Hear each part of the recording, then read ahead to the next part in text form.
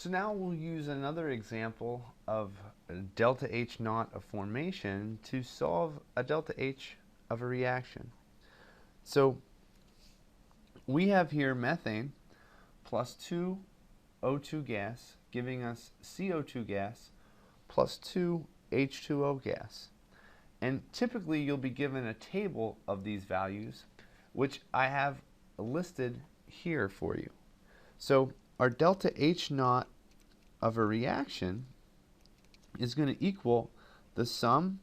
of N, which is the number of moles, times the delta H naught of formation of the products minus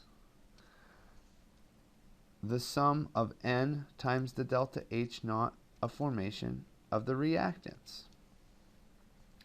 So here, in this case, we can set up our delta H naught of a reaction, and that's going to equal 1 mole times the delta H naught of formation of the CO2 plus 2 moles times the delta H naught of formation of the H2O minus 1 mole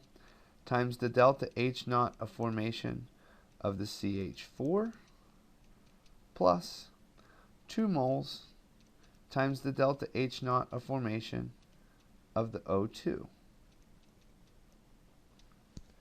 So here's our overall equation, and given a chart of values, we can just go ahead and plug and chug and calculate the delta H naught for our reaction. So we're going to have 1 mole times negative 393.5 kilojoules per mole for the CO2 plus 2 moles times the delta H naught of formation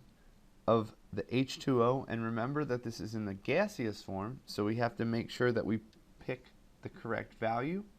which will be negative 241.82 kilojoules per mole minus the whole quantity of 1 mole times the delta H of formation of CH4, which is negative 74.8 kilojoules per mole, plus 2 times the delta H of formation of oxygen, which is going to be 0.